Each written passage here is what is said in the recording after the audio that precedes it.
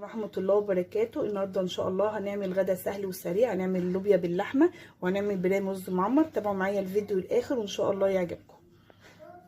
معايا كيلو لحمه، والتوابل اللي احنا هنسلق بيها اللحمه معايا طماطميه صغيره، بصلايه صغيره، ملح وفلفل، ورق لورا وحبهان، ومعايا الصلصه اللي احنا بنخزنها سوا. هسيبها تفك شويه لحد ما اللوبيا انا لسه نقعاها اهو ما تضاعف حجمها شويه في الميه، وبعدين اروح سلقاها.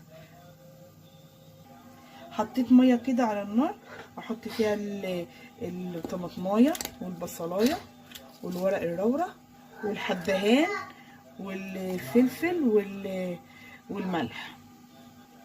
هنزل بقى بكيلو اللحمه. بسم الله الرحمن الرحيم. واسلقها بقى، اسيبها بقى لحد ما تتسلق وارجع لكم. طبعا اي ريم هيظهر على الوش هشيله بالمعلقه.